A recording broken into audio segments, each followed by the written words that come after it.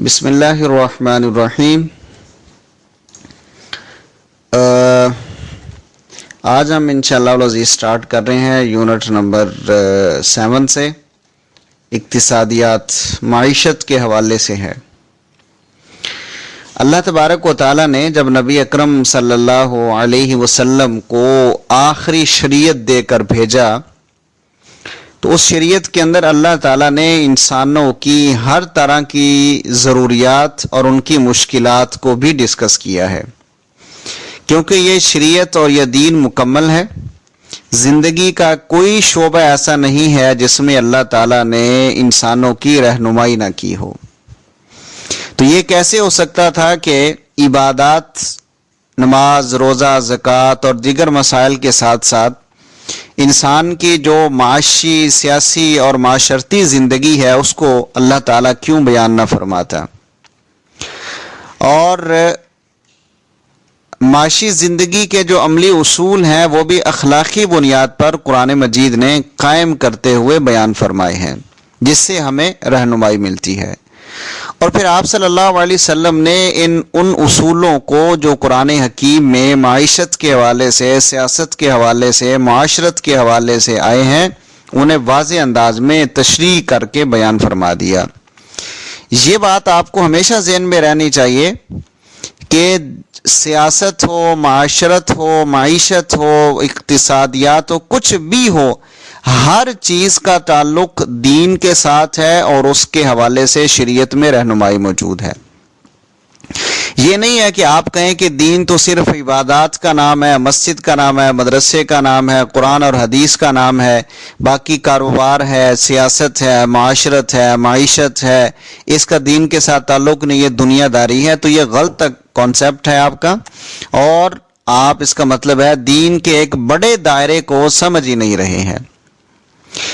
قرآن حکیم میں اور سنت کے اندر جو بنیادی اصول بیان کر دیے گئے ہیں، پھر بعد میں خلفائے راشدین نے بھی اپنے اپنے زمانے میں پیدا ہونے والے مسائل کا حل کیا اور پھر آنے والی نسلوں کے لیے ان کو مثالیں بنا کر ہماری رہنمائی کی ہے۔ اگر دیکھا جائے تو خلفائے راشدین نے بھی اسلامی معاشی، سیاسی اور معاشرتی زندگی کے حوالے سے بیش قیمت، بے پناہ خدمات سر انجام دی ہیں، اور یہی وجہ ہے کہ اگلے 1100-1200 سال تک مختلف ملکوں میں مسلمان حکومتوں نے اپنے معاشی نظام کو اسی شریعت کے بنیادی اصولوں کے تحت ہی رکھا، اور مسلمانوں کی معاشی، سیاسی اور معاشرتی تاریخ بہت سے ایسے اصولوں کی نشاندہی کرتی ہے کہ جس سے بدلتے ہوئے حالات میں شریعت کے طریقوں کے مطابق روشنی پڑتی ہے۔ ایون کئی مغربی مفکرین بھی مسلمانوں کے علوم کو یونانی علوم سے ثابت کرنے کی کوشش کرتے ہیں، جن میں مسلمانوں کے معاشی علوم بھی شامل ہیں۔ بلا شبہ مسلمانوں نے یونانی علوم سے فائدہ حاصل کیا ہے اور اس کا اعتراف بھی کیا ہے، ان کی طرح یہ نہیں ہے کہ کہا کہ نہیں ہمارا اپنا ہے، لیکن یہ بات تو آپ کے ذہن میں رہنی چاہیے نا کہ یہ سارے علوم کا مرکز تو قرآن اور سنت ہے۔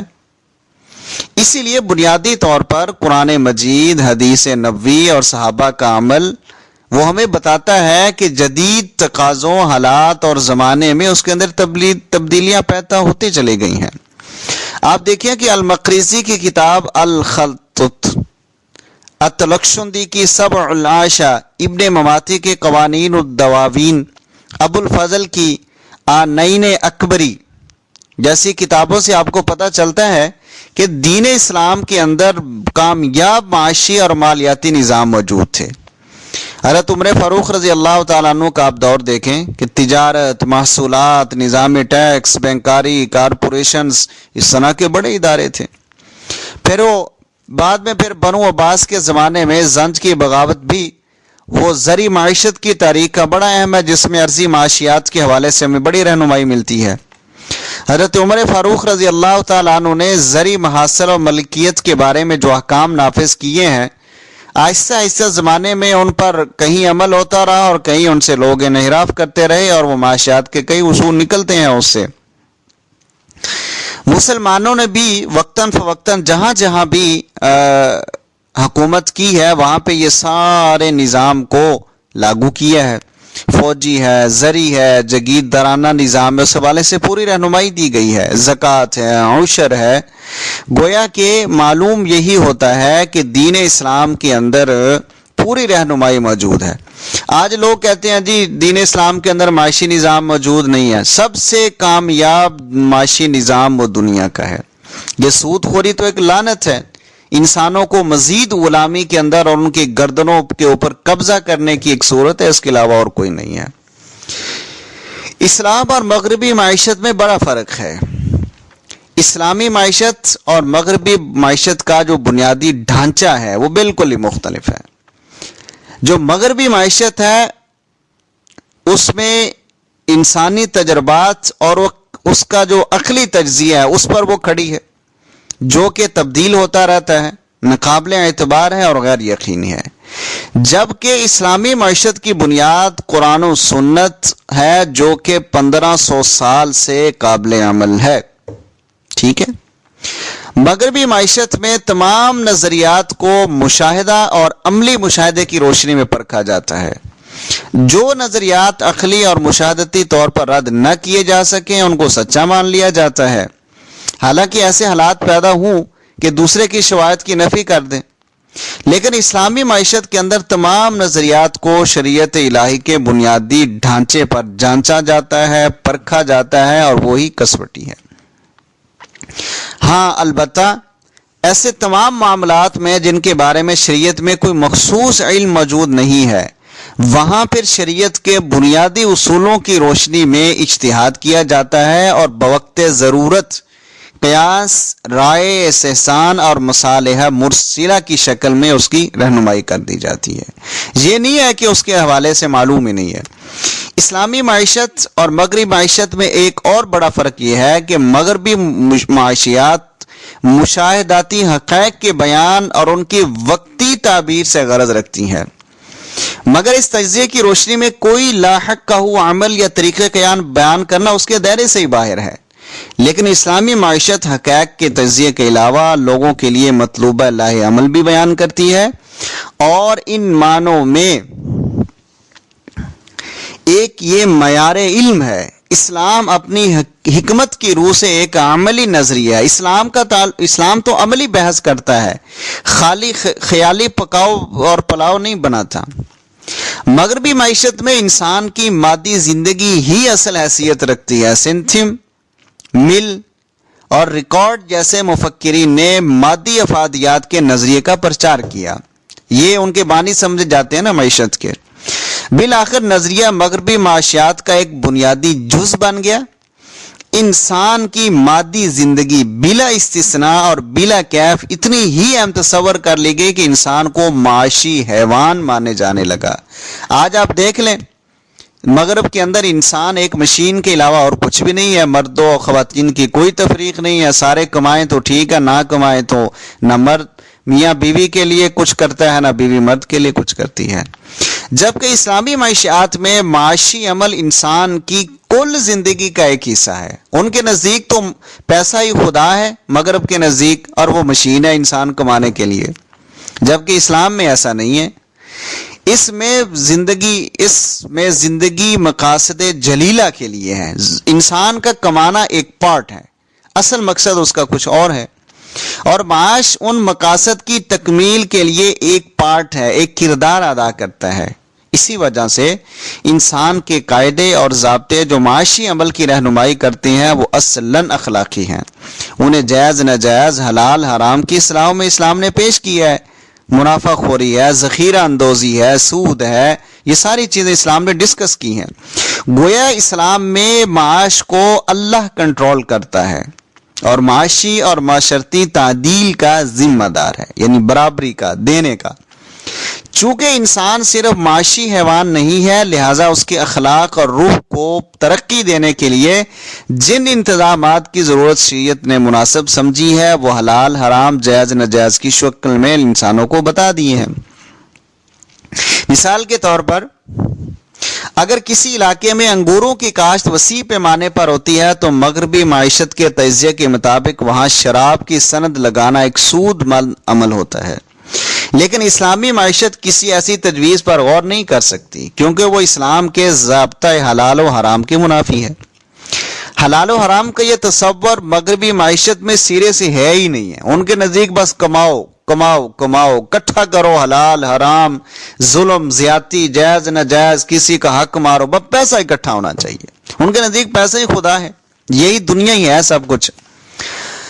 وہاں پر انسان اپنے تمام معاملات میں خود مختار ہے اور کسی بلائی ضابطے کی آزادی سلب کرنے کا کوئی حق نہیں ہے۔ وہ کہتے ہیں کہ جی بس کمائی جاؤ، کوئی تفریق نہیں ہے کہ جناب کوئی غریب ہے ماڑا ہے، کوئی چکر ہی نہیں، بس مال اکٹھا کرو۔ اسلام میں مال کی فاتحیت یہ ہے کہ اس کی مدد سے انسان اپنی ضرورتیں پوری کر سکے اور متوسط درجے کی خوشحال زندگی گزارتے ہوئے معاشرے کی خوشحالی اور تقویت کا باعث بنے۔ اور مال کی بنا پر فخر کرنا، نمود و نمائش کرنا، فضول خرچی کرنا، کسی کا استحصال کرنا، انسانی مجبوریوں سے فائدہ اٹھانا اور ضرورتوں کی بنا پر ناجائز فائدہ اٹھانے کا ذریعہ بننا اسلام اسے روکتا ہے۔ اسلام میں دولت کا مقصد عام ضروریات زندگی کو پورا کرنے کے ساتھ اللہ کے راستے میں خرچ کرنا ہے، مسلم ریاست کو چلانا ہے، سرحدوں کی حفاظت پر خرچ کرنا ہے، نادار، غریب، بیواؤں اور یتیموں کی کفالت ہے۔ اگرچہ مسلمانوں کے بادشاہوں نے شان و شوکت پر بھی زور دیا ہے، لیکن دین اسلام کے اندر باہر لگژری زندگی کی اس طرح رہنمائی اور اس طرح سے اس کی حوصلہ افزائی نہیں کی گئی جس طرح آج کے دور میں لوگ کرتے ہیں۔ زر کا جو مسئلہ ہے، نبی اکرم صلی اللہ علیہ وسلم کے دور میں جنس سے مبادلے کا دستور، اس وقت چونکہ آپ کو پتا ہے کہ یہ کاغذ کے نوٹ نہیں ہوتے تھے، گندم کے بدلے گندم لیتے تھے یا گندم کے بدلے جو لے لیے، جو اس وقت اناج موجود ہوتا تھا، اور بطور وسیلہ مبادلہ دھات مثلا سونا یا چاندی اور دھاتوں کے سکوں، درم و دینار کا تبادلہ کر لیا جاتا تھا۔ آنے والے ادوار میں مسلمانوں کے ہاں تجارت میں ان دونوں کے رواج کے شواہد ملتے ہیں، تاہم ہر دور میں سکے کی معیاری حیثیت رہی، لہذا اسلامی بادشاہت کے اندر جگہ جگہ ٹکسال کی موجودگی سے اس کی تائید ہوتی ہے۔ دراصل سکہ ہی بہترین دولت کی شکل محسوس ہوئی کیونکہ اس سے ہر چیز خریدی جا سکتی، یہ سہولت کے لیے پیدا کیے گئے تھے نا سکے، اور اسے آسانی سے ایک جگہ سے دوسری جگہ منتقل بھی کیا جا سکتا ہے، محفوظ بھی کیا جا سکتا ہے۔ البتہ اسلام کی نظر میں سکے کی یا نوٹ کی بذات خود کوئی ویلیو نہیں ہے، یہ صرف ایک چیز کے بیچنے اور لینے کا ایک وسیلہ ہے، اصل یہ نہیں ہے۔ ٹھیک ہے، ایسا محسوس ہوتا ہے کہ زراعت، تجارت اور صنعت میں ذوق کے اعتبار سے مسلم ملکوں میں ترجیح تجارت کو حاصل رہی ہے۔ دین اسلام بزنس کی حوصلہ افزائی کرتا ہے، ملازمت کی نہیں۔ بین العلاقائی تجارت اور بھی مفید خیال کیا جاتا تھا، جہاں مسلم تاجر دیگر ملکوں میں تبلیغ اسلام کا ذریعہ بھی بنتے تھے، یعنی ایک تاجر جب دوسری جگہ جاتا تھا تو وہ تجارت کے ساتھ ساتھ اللہ کا دین بھی لوگوں کو بتاتا تھا۔ عام معاشیاتی کی طرح مسلمانوں کی تجارت بھی ضابطہ اخلاق اور احکام شریعت کے تابع تھی۔ مسلمانوں کے دور میں جب فتوحات کا سلسلہ بڑھا اور زمین کے مسائل پر غور کیا گیا اور زمین کو دولت یا دولت کے ذریعے زمین کو دیکھنے کے لیے قوانین اور قواعد وضع کیے گئے، اور اس سلسلے میں حضرت عمر رضی اللہ تعالیٰ عنہ کا دور بڑی اہمیت رکھتا ہے، اور اسی طرح فقہ میں مشہور شاگرد امام ابو حنیفہ کے قاضی ابو یوسف کی کتاب الخراج اسی سے تعلق رکھتی ہے۔ معیشت کی اصلاح اور حکومتی ذمہ داریاں۔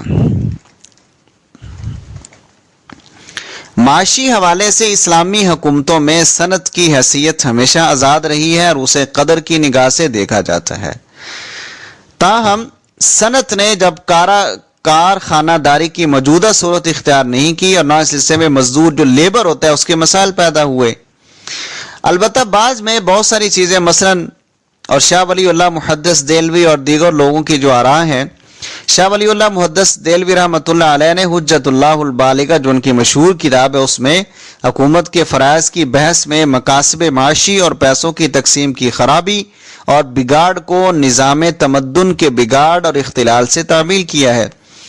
اور یہ بتایا ہے کہ یہ حکومت کی ذمہ داری ہے کہ وہ ان پیشوں کی تقسیم پر نظر رکھیں اور اس میں افراد و تفرید پیدا نہ ہونے دے. یہ نہیں ہے کہ مزدور کو غلام سمجھ لیں اور جو صاحب ہے وہ صاحب ہے، اس سے منع کیا گیا ہے. البتہ مسلمانوں کے جو عملی معاشیاتی کا تعلق ہے، اس حوالے سے مسلمانوں نے بڑا کام کیا. مثلا کتب فقہ میں امام شافعی کی کتاب کتاب الام بڑی حیثیت رکھتی ہے. فقہ بالکی کی المدونہ، فقہ حنفی میں امام محمد اور امام ابو یوسف کی کتاب السرخسی کی المبسوط، المرغی نانی کی ہدایہ، ابن حزم کی فقہی تصانیف اور ہندوستان کے آخری دور میں فتاوی عالمگیری. اس کے علاوہ قدیم کتابوں میں ترکی کی خلافت عثمانیہ کے مجلۃ الاحکام العدلیہ ہے. اسی طرح مصری کتابوں میں نگار القرشندی کی صحیح العاشی اس حوالے سے نہایت قابل ذکر کتابیں ہیں. دوسرا پارٹ ہے سیاست. سیاست دین کا حصہ ہے. علامہ ابن خلدون لکھتے ہیں کہ سیاست اس ذمہ داری کا نام ہے جس کی روح سے عام انسان نگہداشت کا کام پایا تکمیل تک پہنچاتا ہے، جس کے ذریعے خود کی نیابتی حکومت بندگان خدا میں خدا کے قوانین کو نافذ کرتی ہے اور احکام کا اجرا عمل میں لاتی ہے. دیکھیے جو سیاست ہے یہ دین کا حصہ ہے، دین سے الگ نہیں ہے. علامہ راغب نے اس کو دو حصوں میں تقسیم کیا ہے. وہ کہتے ہیں کہ فرد کی سیاست اور سوسائٹی کی سیاست. ٹھیک ہے، سوسائٹی کی سیاست سے پہلے فرد کے لیے ضروری ہے کہ وہ سیاسی کردار میں کامل ہو. یہ نہیں ہے ہر قسم کا چور، لفنگا، زانی، شرابی، بے ایمان، 2 نمبر، قبضہ گروپ، مافیا گروپ، آپ اس کو جناب اپنا سیاسی لیڈر مان لیں اور وہی پھر حکومت میں جب اکٹھے ہوں تو جو آپ کی گردن پہ آج سوار ہیں اسی طرح پھر سوار ہوتے رہیں گے. دیکھیے میں بارہا بار یہ بات کہتا ہوتا ہوں کہ آپ تاریخ اسلام کا مطالعہ کر لیں تو آپ کو معلوم ہوگا کہ دین اسلام کے اندر حکومت کی بڑی اہمیت ہے. یہ جو آپ ووٹ دیتے ہیں اس کو آپ محض پرچی نہ سمجھا کریں. اس کے بارے میں یہ ایک شہادت ہے، ایک گواہی ہے. اس کے بارے میں قیامت والے دن اللہ تعالیٰ نے آپ سے سوال کرنا ہے. ٹھیک ہے، وہ سوال آپ نے اللہ کو جواب دینا ہے. آپ کی یہ ذمہ داری بنتی ہے کہ آپ بلدیاتی الیکشن ہو، قومی اور صوبائی ہو، اس میں آپ اس بندے کو ووٹ دیں گے جو نیک ہو، صالح ہو، اللہ سے ڈرنے والا ہو، بندوں کی حقوق ادا کرنے والا ہو.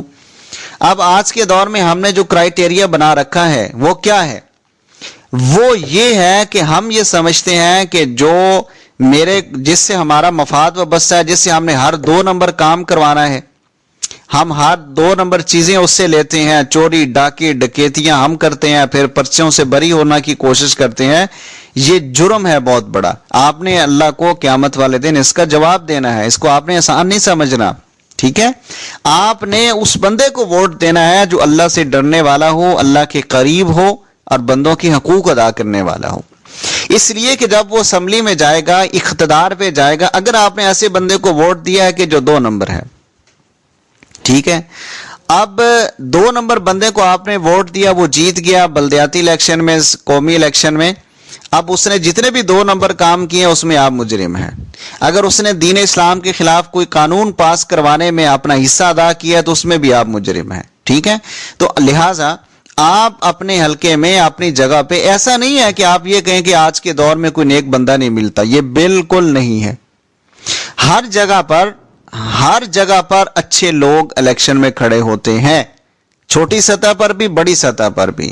یہ قوم کا امتحان ہے. دیکھیں آج ہم رو رہے ہیں کہ جی معیشت تباہ ہو گئی. واقعتاً یہ جب سے یہ خبیث آئے ہیں اس وقت سے تو ہر بندہ ہی پریشان ہے. اب دیکھیں دن بدن ہر چیزوں کی قیمتیں بڑھتی جا رہی ہیں. یہ بکواس کرتے تھے کہ جی 60 روپے سے اوپر ڈیزل پٹرول ہو تو حکومت چور ہے. اب آپ تو اس سے بھی بڑے چور ہیں، اور اسی وجہ سے ہر چیز مہنگی ہوتی ہے. اور اس سے بڑا مذاق کیا ہے قوم کے ساتھ؟ اتنے بڑے بیوقوف ہیں یہ لوگ کہ جناب ٹرانسپورٹ آج سے بند ہے 8 سے، چھٹیاں 10 تاریخ سے ہیں. ان بیوقوفوں کو کون سمجھائے کہ جناب چھٹیاں حالانکہ 8 سے آپ کرتے تاکہ 2 دنوں میں لوگ اپنے گھروں کو پہنچ جاتے. اور پھر ایسے فیصلے، IMF کو آپ نے اسٹیٹ بینک بیچ دیا، آپ نے قرضہ باقی حکومتوں میں سب سے زیادہ لے لیا ہے. ان ساری باتوں کو آپ ایک طرف کر دیں. اتنے بے غیرت اور بے ایمان لوگ ہیں یہ کہ یہ کہتے ہیں کہ جناب ناموس رسالت صلی اللہ علیہ وسلم کی وجہ سے جو پروٹیسٹ ہو رہا ہے، جو مظاہرے ہو رہے ہیں، تو کہتے ہیں جناب اس سے ہم فرانس ہمیں الگ کر دے گا تو ہمارا 300 ارب کا نقصان ہو جائے گا. آپ اندازہ کیجئے کہ اللہ اور اس کا رسول تو یہ کہتا ہے کہ مسلمان اور ایمان والا تو وہ بندہ ہے کہ جس پر اللہ کے رسول، جو اللہ کے رسول پر ہر چیز کو قربان کر دے. اور یہ کہتے ہیں جی ہم دنیا سے الگ ہو جائیں گے، ہم اکیلے رہ جائیں گے، ہم گرے لسٹ میں ہمیں ڈال دیا جائے گا، ہماری معیشت تباہ ہو جائے گی، ہمارا کاروبار تباہ ہو جائے گا، ہم کہاں سے. اب کہتے ہیں جی سود کے بغیر کاروبار نہیں چلتا. یعنی میں یہ کہہ رہا ہوں کہ ساری حکومتوں نے 2 نمبر کام کیے ہیں، لیکن یہ والے تو جو دعوے، یہ تو ان کے خلاف تھے سارے، ان ساری چیزوں کے. عمران خان کیا کہتا تھا؟ جی میں اسٹیٹ بینک کے پاس گیا تو میں خودکشی کر لوں گا. اب تو آپ روز ہی جاتے ہیں، اور باقی حکومتوں سے آپ زیادہ پیسے لے چکے ہیں.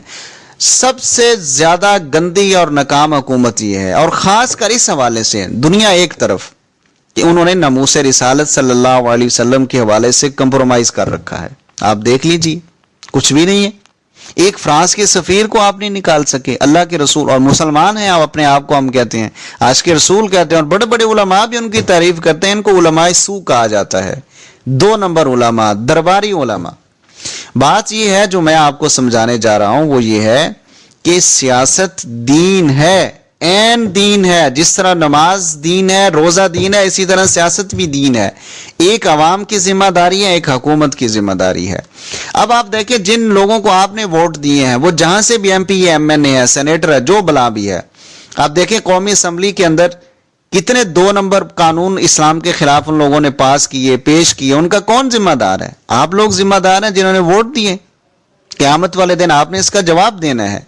مفتی شفیع رحمۃ اللہ علیہ نے، ان کی مشہور ایک کتاب ہے ووٹ کی شرعی حیثیت، آپ وہ پڑھ کر دیکھیں، آپ کو اندازہ ہوگا. آپ تو اسے پرچی سمجھتے ہیں، 5000 روپیہ ووٹ دے دیتے ہیں، راشن کے پیکٹ پہ آپ ووٹ دیتے ہیں، اور جناب بریانی کے ڈبے پہ آپ اپنی گواہی بیچ دیتے ہیں. یہ کیا ہے؟ آپ اپنے آپ کو مسلمان بھی کہیں، اور ہر چور، ڈاکو، ظالم، رسہ گیر کو، قبضہ گروپ کو، مافیا کو آپ ووٹ بھی دیں. ان کا کون ذمہ دار ہے؟ آپ ہیں. آپ نے قیامت والے دن اس کا جواب دینا ہے. اب میرے خیال میں نے بہت ہی آسان انداز میں آپ کو سمجھا دی ہے سیاست. آگے چلے عمرانیات. تیسرا پارٹ اس یونٹ کا عمرانیات ہے، سوشیالوجی جسے ہم کہتے ہیں. دین اسلام کے اندر اس کی بھی بڑی اہمیت ہے. یہ نہیں ہے کہ کوئی بندہ اپنی مرضی سے جو مرضی کرتا رہے. عمران کا مادہ عمر ہے، جس کے معنی ہے تعمیر کرنا، آباد کرنا. ٹھیک ہے، یعنی عمران کا اطلاق کسی بھی ایسی آبادی پر ہو سکتا ہے جو منفرد وحشیانہ زندگی سے بدتر ہو جائے. عمران کے وجود میں آنے کی شرط یہ ہے کہ بنی نوع انسان کی ایک تعداد اپنی خدا دا صلاحیت فکر کے مطابق باہمی تعاون شروع کر دے اور ایک قسم کی معاشرتی تنظیم قائم ہو جائے. دیکھیے اللہ تبارک و تعالیٰ نے فرمایا کہ بے شک میں زمین میں خلیفہ بنانے والا ہوں. پہلے سپارے کے اندر آتا ہے. تو فرشتوں نے کہا کہ جی وہ تو فساد اور برپا کرے گا. اللہ نے فرمایا نہیں، وہ میرا نائب ہے. جو میں جانتا ہوں وہ تم نہیں جانتے. انسان کی پیدائش کا جو مقصد ہے، انسان کو اللہ تعالیٰ نے ایک مرد اور عورت سے پیدا کیا ہے، اور اسی سے آگے انسان پھیلائے ہیں کہ وہ اللہ تعالیٰ کی عبادت کرے اور بندوں کے حقوق ادا کرے، سوسائٹی میں لوگوں کے کام آئے بلا رنگ و نسل. ٹھیک ہے، کوئی اس میں تخصیص نہیں ہے.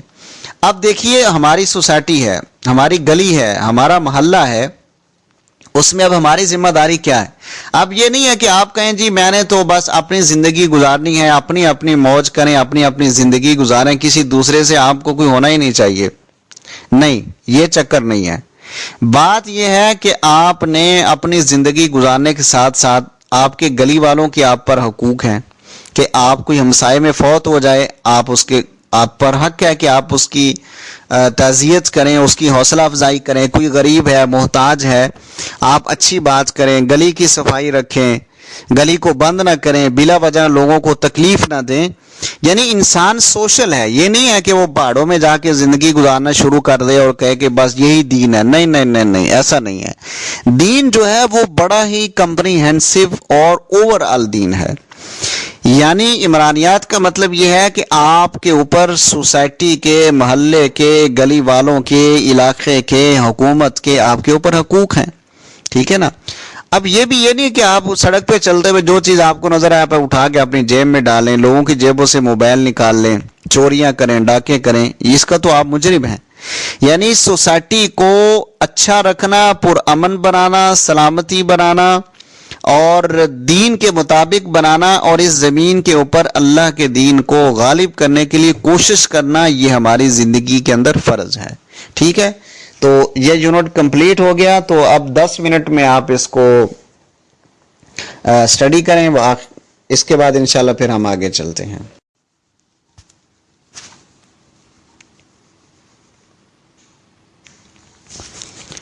بسم اللہ الرحمن الرحیم. آج ہم انشاءاللہ العزیز اسٹارٹ کر رہے ہیں یونٹ نمبر 7 سے.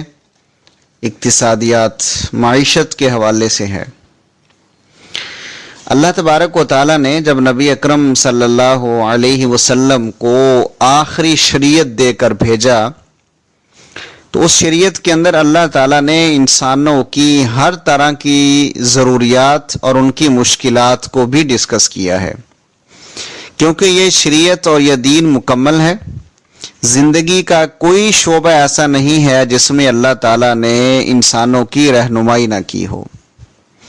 تو یہ کیسے ہو سکتا تھا کہ عبادات، نماز، روزہ، زکوٰۃ اور دیگر مسائل کے ساتھ ساتھ انسان کی جو معاشی، سیاسی اور معاشرتی زندگی ہے اس کو اللہ تعالیٰ کیوں بیان نہ فرماتا؟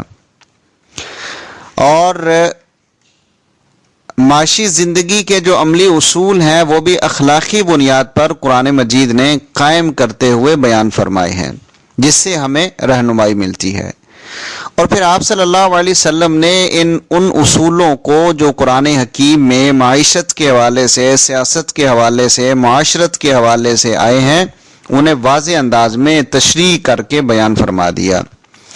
یہ بات آپ کو ہمیشہ ذہن میں رہنی چاہیے کہ سیاست ہو، معاشرت ہو، معیشت ہو، اقتصادیات ہو، کچھ بھی ہو، ہر چیز کا تعلق دین کے ساتھ ہے اور اس کے حوالے سے شریعت میں رہنمائی موجود ہے. یہ نہیں ہے کہ آپ کہیں کہ دین تو صرف عبادات کا نام ہے، مسجد کا نام ہے، مدرسے کا نام ہے، قرآن اور حدیث کا نام ہے، باقی کاروبار ہے، سیاست ہے، معاشرت ہے، معیشت ہے، اس کا دین کے ساتھ تعلق نہیں، یہ دنیا داری ہے. تو یہ غلط کانسیپٹ ہے آپ کا، اور آپ اس کا مطلب ہے دین کے ایک بڑے دائرے کو سمجھ ہی نہیں رہے ہیں. قرآن حکیم میں اور سنت کے اندر جو بنیادی اصول بیان کر دیے گئے ہیں، پھر بعد میں خلفائے راشدین نے بھی اپنے اپنے زمانے میں پیدا ہونے والے مسائل کا حل کیا اور پھر آنے والی نسلوں کے لیے ان کو مثالیں بنا کر ہماری رہنمائی کی ہے. اگر دیکھا جائے تو خلفائے راشدین نے بھی اسلامی معاشی، سیاسی اور معاشرتی زندگی کے حوالے سے بیش قیمت، بے پناہ خدمات سر انجام دی ہیں. اور یہی وجہ ہے کہ اگلے 1100-1200 سال تک مختلف ملکوں میں مسلمان حکومتوں نے اپنے معاشی نظام کو اسی شریعت کے بنیادی اصولوں کے تحت ہی رکھا. اور مسلمانوں کی معاشی، سیاسی اور معاشرتی تاریخ بہت سے ایسے اصولوں کی نشاندہی کرتی ہے کہ جس سے بدلتے ہوئے حالات میں شریعت کے طریقوں کے مطابق روشنی پڑتی ہے. ایون کئی مغربی مفکرین بھی مسلمانوں کے علوم کو یونانی علوم سے ثابت کرنے کی کوشش کرتے ہیں، جن میں مسلمانوں کے معاشی علوم بھی شامل ہیں. بلا شبہ مسلمانوں نے یونانی علوم سے فائدہ حاصل کیا ہے اور اس کا اعتراف بھی کیا ہے. ان کی طرح یہ نہیں ہے کہ کہا کہ نہیں ہمارا اپنا ہے، لیکن یہ بات تو آپ کے ذہن میں رہنی چاہیے نا کہ یہ سارے علوم کا مرکز تو قرآن اور سنت ہے. اسی لیے بنیادی طور پر قرآن مجید، حدیث نبوی اور صحابہ کا عمل وہ ہمیں بتاتا ہے کہ جدید تقاضوں، حالات اور زمانے میں اس کے اندر تبدیلیاں پیدا ہوتی چلی گئی ہیں. آپ دیکھیں کہ المقریزی کی کتاب الخطط، التلخشندی کی سبع العاشا، ابن مماتی کے قوانین الدواوین، ابو الفضل کی آنین اکبری جیسی کتابوں سے آپ کو پتہ چلتا ہے کہ دین اسلام کے اندر کامیاب معاشی اور مالیاتی نظام موجود تھے. حضرت عمر فاروق رضی اللہ تعالیٰ عنہ کا آپ دور دیکھیں کہ تجارت، محصولات، نظام ٹیکس، بینکاری، کارپوریشنز، اس طرح کے بڑے ادارے تھے. پھر وہ بعد میں پھر بنو عباس کے زمانے میں زنج کی بغاوت بھی وہ زرعی معیشت کی تاریخ کا بڑا اہم ہے، جس میں عرضی معاشیات کے حوالے سے ہمیں بڑی رہنمائی ملتی ہے۔ حضرت عمر فاروق رضی اللہ تعالیٰ عنہ نے زرعی محاصل اور ملکیت کے بارے میں جو احکام نافذ کیے ہیں، آہستہ آہستہ زمانے میں ان پر کہیں عمل ہوتا رہا اور کہیں ان سے لوگ انحراف کرتے رہے، اور وہ معاشیات کے کئی اصول نکلتے ہیں اس سے۔ مسلمانوں نے بھی وقتاً فوقتاً جہاں جہاں بھی حکومت کی ہے وہاں پہ یہ سارے نظام کو لاگو کیا ہے۔ فوجی ہے، زرعی ہے، جگیردارانہ نظام ہے، اس حوالے سے پوری رہنمائی دی گئی ہے، زکوٰۃ ہے، عشر ہے۔ گویا کہ معلوم یہی ہوتا ہے کہ دین اسلام کے اندر پوری رہنمائی موجود ہے۔ آج لوگ کہتے ہیں جی دین اسلام کے اندر معاشی نظام موجود نہیں ہے۔ سب سے کامیاب معاشی نظام وہ دنیا کا ہے۔ یہ سود خوری تو ایک لعنت ہے، انسانوں کو مزید غلامی کے اندر اور ان کی گردنوں کے اوپر قبضہ کرنے کی ایک صورت ہے، اس کے علاوہ اور کوئی نہیں ہے۔ اسلام اور مغربی معیشت میں بڑا فرق ہے۔ اسلامی معیشت اور مغربی معیشت کا جو بنیادی ڈھانچہ ہے وہ بالکل ہی مختلف ہے۔ جو مغربی معیشت ہے اس میں انسانی تجربات اور اس کا جو عقلی تجزیہ ہے اس پر وہ کھڑی ہے، جو کہ تبدیل ہوتا رہتا ہے، ناقابل اعتبار ہے اور غیر یقینی ہے، جبکہ اسلامی معیشت کی بنیاد قرآن و سنت ہے جو کہ 1500 سال سے قابل عمل ہے۔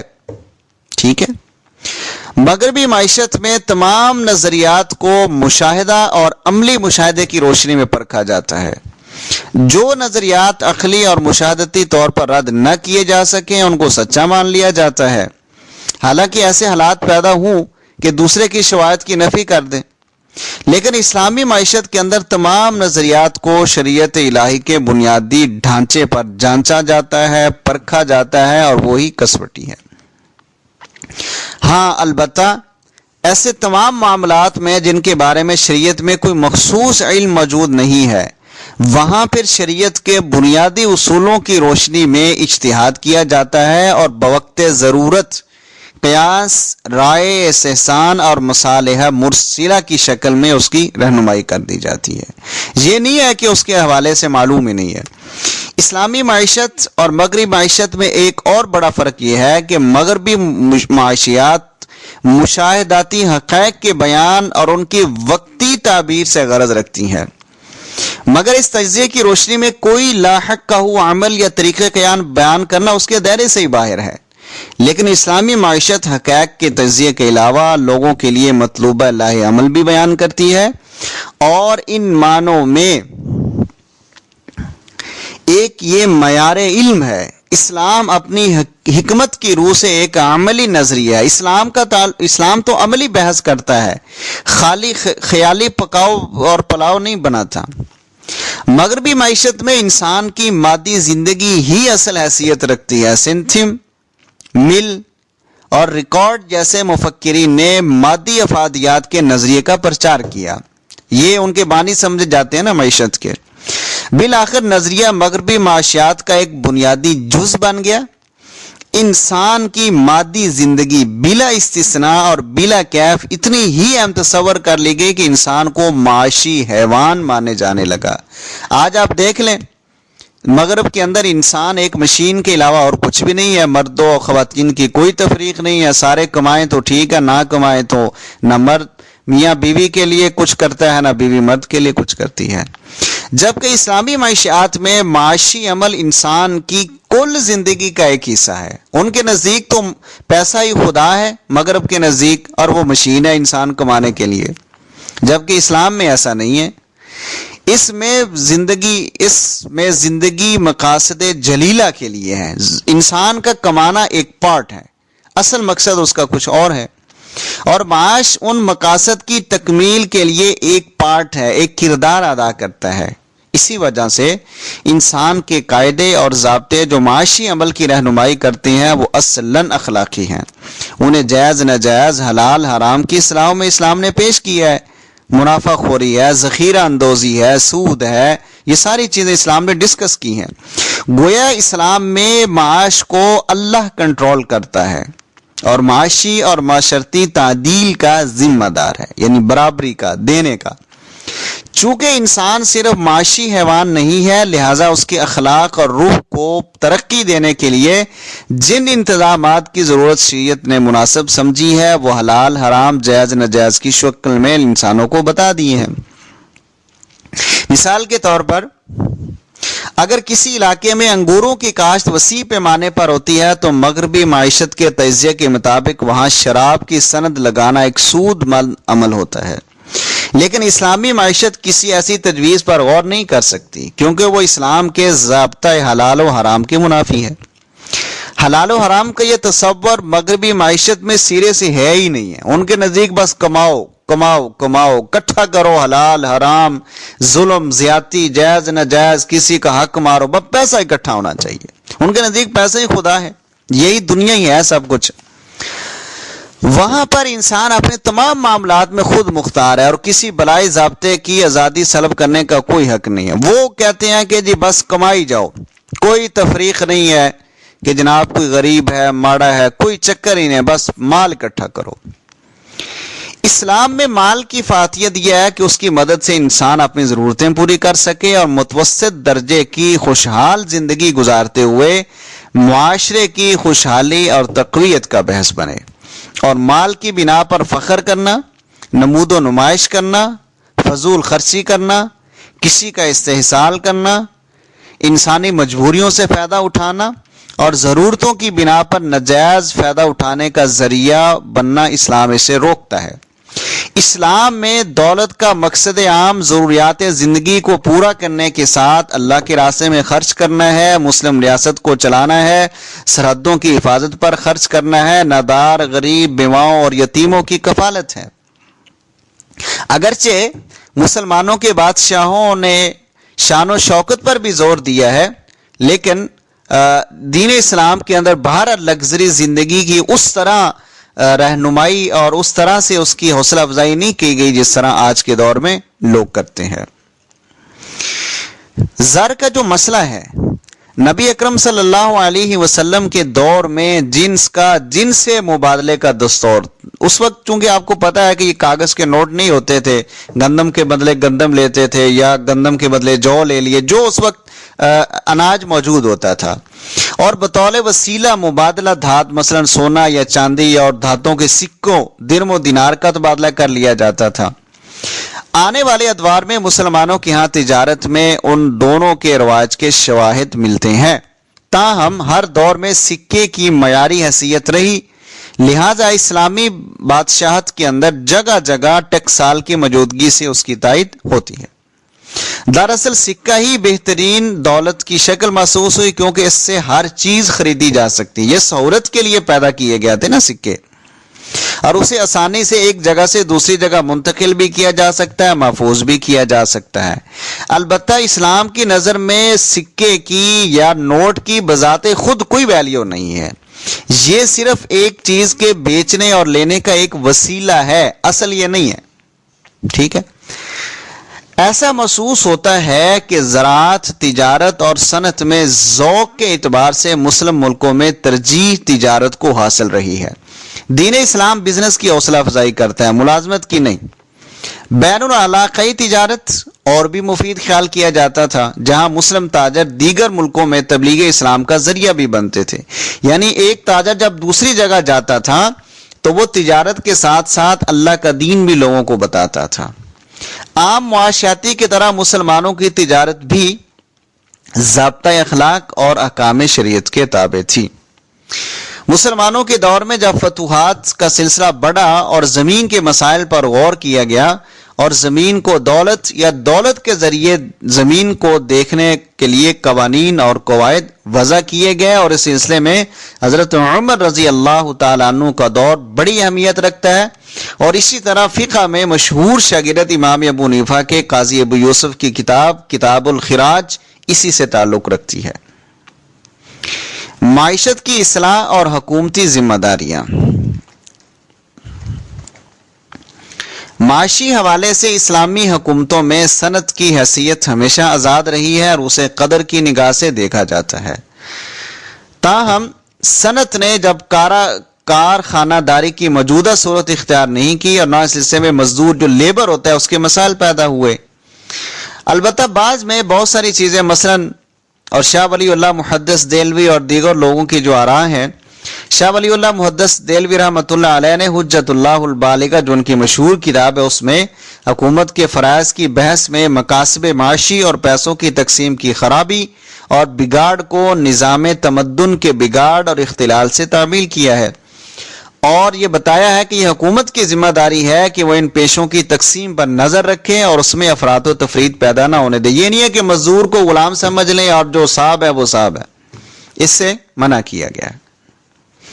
البتہ مسلمانوں کے جو عملی معاشیاتی کا تعلق ہے، اس حوالے سے مسلمانوں نے بڑا کام کیا ہے۔ مثلا کتب فقہ میں امام شافعی کی کتاب کتاب الام بڑی حیثیت رکھتی ہے، فقہ بالکی کی المدونہ، فقہ حنفی میں امام محمد اور امام ابو یوسف کی کتاب السرخسی کی المبسوط، المرغی نانی کی ہدایہ، ابن حزم کی فقہی تصانیف، اور ہندوستان کے آخری دور میں فتاوی عالمگیری۔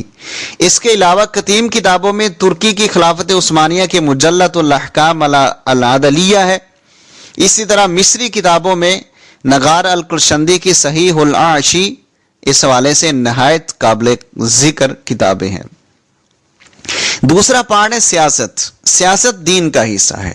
علامہ ابن خلدون لکھتے ہیں کہ سیاست اس ذمہ داری کا نام ہے جس کی روح سے عام انسان نگہداشت کا کام پایا تکمیل تک پہنچاتا ہے، جس کے ذریعے خود کی نیابتی حکومت بندگان خدا میں خدا کے قوانین کو نافذ کرتی ہے اور احکام کا اجرا عمل میں لاتی ہے۔ دیکھیے جو سیاست ہے یہ دین کا حصہ ہے، دین سے الگ نہیں ہے۔ علامہ راغب نے اس کو دو حصوں میں تقسیم کیا ہے۔ وہ کہتے ہیں کہ فرد کی سیاست اور سوسائٹی کی سیاست، ٹھیک ہے۔ سوسائٹی کی سیاست سے پہلے فرد کے لیے ضروری ہے کہ وہ سیاسی کردار میں کامل ہو۔ یہ نہیں ہے ہر قسم کا چور، لفنگا، زانی، شرابی، بے ایمان، دو نمبر، قبضہ گروپ، مافیا گروپ، آپ اس کو جناب اپنا سیاسی لیڈر مان لیں، اور وہی پھر حکومت میں جب اکٹھے ہوں تو جو آپ کی گردن پہ آج سوار ہیں اسی طرح پھر سوار ہوتے رہیں گے۔ دیکھیے میں بارہا بار یہ بات کہتا ہوتا ہوں کہ آپ تاریخ اسلام کا مطالعہ کر لیں تو آپ کو معلوم ہوگا کہ دین اسلام کے اندر حکومت کی بڑی اہمیت ہے۔ یہ جو آپ ووٹ دیتے ہیں اس کو آپ محض پرچی نہ سمجھا کریں، اس کے بارے میں یہ ایک شہادت ہے، ایک گواہی ہے، اس کے بارے میں قیامت والے دن اللہ تعالیٰ نے آپ سے سوال کرنا ہے، ٹھیک ہے۔ وہ سوال آپ نے اللہ کو جواب دینا ہے۔ آپ کی یہ ذمہ داری بنتی ہے کہ آپ بلدیاتی الیکشن ہو، قومی اور صوبائی ہو، اس میں آپ اس بندے کو ووٹ دیں گے جو نیک ہو، صالح ہو، اللہ سے ڈرنے والا ہو، بندوں کے حقوق ادا کرنے والا ہو۔ اب آج کے دور میں ہم نے جو کرائیٹیریا بنا رکھا ہے وہ کیا ہے؟ وہ یہ ہے کہ ہم یہ سمجھتے ہیں کہ جو جس سے ہمارا مفاد وابستہ ہے، جس سے ہم نے ہر 2 نمبر کام کروانا ہے، ہم ہر 2 نمبر چیزیں اس سے لیتے ہیں، چوری، ڈاکے، ڈکیتیاں ہم کرتے ہیں، پھر پرچوں سے بری ہونا کی کوشش کرتے ہیں، یہ جرم ہے بہت بڑا۔ آپ نے اللہ کو قیامت والے دن اس کا جواب دینا ہے، اس کو آپ نے آسان نہیں سمجھنا، ٹھیک ہے۔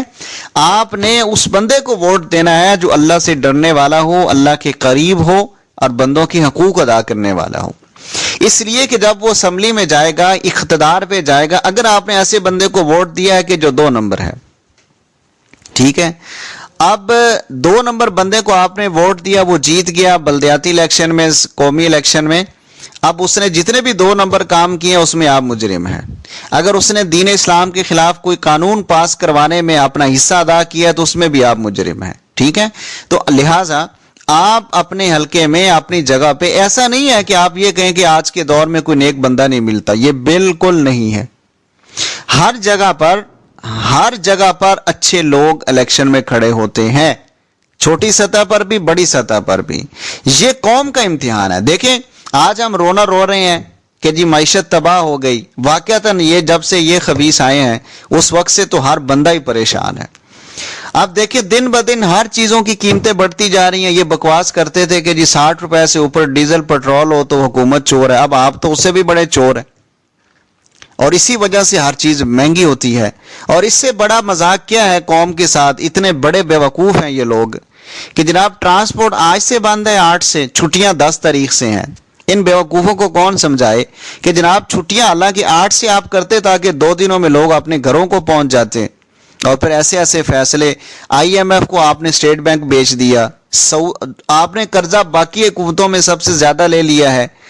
ان ساری باتوں کو آپ ایک طرف کر دیں. اتنے بے غیرت اور بے ایمان لوگ ہیں یہ کہ یہ کہتے ہیں کہ جناب ناموس رسالت صلی اللہ علیہ وسلم کی وجہ سے جو پروٹیسٹ ہو رہا ہے، جو مظاہرے ہو رہے ہیں، تو کہتے ہیں جناب اس سے ہم فرانس ہمیں الگ کر دے گا تو ہمارا 300 ارب کا نقصان ہو جائے گا. آپ اندازہ کیجئے کہ اللہ اور اس کا رسول تو یہ کہتا ہے کہ مسلمان اور ایمان والا تو وہ بندہ ہے کہ جس پر اللہ کے رسول، جو اللہ کے رسول پر ہر چیز کو قربان کر دے. اور یہ کہتے ہیں جی ہم دنیا سے الگ ہو جائیں گے، ہم اکیلے رہ جائیں گے، ہم گرے لسٹ میں ہمیں ڈال دیا جائے گا، ہماری معیشت تباہ ہو جائے گی، ہمارا کاروبار تباہ ہو جائے گا. ہم کہاں سے؟ اب کہتے ہیں جی سود کے بغیر کاروبار نہیں چلتا. یعنی میں یہ کہہ رہا ہوں کہ ساری حکومتوں نے 2 نمبر کام کیے ہیں، لیکن یہ والے تو جو دعوے، یہ تو ان کے خلاف تھے سارے، ان ساری چیزوں کے. عمران خان کیا کہتا تھا؟ جی میں اسٹیٹ بینک کے پاس گیا تو میں خودکشی کر لوں گا. اب تو آپ روز ہی جاتے ہیں اور باقی حکومتوں سے آپ زیادہ پیسے لے چکے ہیں. سب سے زیادہ گندی اور ناکام حکومت یہ ہے، اور خاص کر اس حوالے سے دنیا ایک طرف کہ انہوں نے ناموس رسالت صلی اللہ علیہ وسلم کے حوالے سے کمپرومائز کر رکھا ہے. آپ دیکھ لیجیے کچھ بھی نہیں ہے.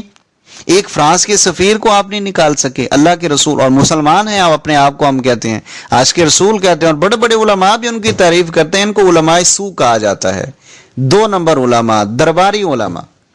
بات یہ ہے جو میں آپ کو سمجھانے جا رہا ہوں وہ یہ ہے کہ سیاست دین ہے، عین دین ہے. جس طرح نماز دین ہے، روزہ دین ہے، اسی طرح سیاست بھی دین ہے. ایک عوام کی ذمہ داری ہے، ایک حکومت کی ذمہ داری ہے. اب آپ دیکھیں جن لوگوں کو آپ نے ووٹ دیے ہیں وہ جہاں سے بھی ایم پی ہے، ایم این اے ہے، سینیٹر ہے، جو بلا بھی ہے، آپ دیکھیں قومی اسمبلی کے اندر کتنے 2 نمبر قانون اسلام کے خلاف ان لوگوں نے پاس کیے، پیش کیے. ان کا کون ذمہ دار ہے؟ آپ لوگ ذمہ دار ہیں جنہوں نے ووٹ دیے. قیامت والے دن آپ نے اس کا جواب دینا ہے. مفتی شفیع رحمۃ اللہ علیہ نے، ان کی مشہور ایک کتاب ہے ووٹ کی شرعی حیثیت، آپ وہ پڑھ کر دیکھیں، آپ کو اندازہ ہوگا. آپ تو اسے پرچی سمجھتے ہیں، 5000 روپیہ ووٹ دے دیتے ہیں، راشن کے پیکٹ پہ آپ ووٹ دیتے ہیں، اور جناب بریانی کے ڈبے پہ آپ اپنی گواہی بیچ دیتے ہیں. یہ کیا ہے؟ آپ اپنے آپ کو مسلمان بھی کہیں اور ہر چور، ڈاکو، ظالم، رسہ گیر کو، قبضہ گروپ کو، مافیا کو آپ ووٹ بھی دیں. ان کا کون ذمہ دار ہے؟ آپ ہیں. آپ نے قیامت والے دن اس کا جواب دینا ہے. اب میرے خیال میں نے بہت ہی آسان انداز میں آپ کو سمجھا دیا سیاست. آگے چلے عمرانیات. تیسرا پارٹ اس یونٹ کا عمرانیات ہے، سوشیالوجی جسے ہم کہتے ہیں. دین اسلام کے اندر اس کی بھی بڑی اہمیت ہے. یہ نہیں ہے کہ کوئی بندہ اپنی مرضی سے جو مرضی کرتا رہے. عمران کا مادہ عمر ہے جس کے معنی ہے تعمیر کرنا، آباد کرنا.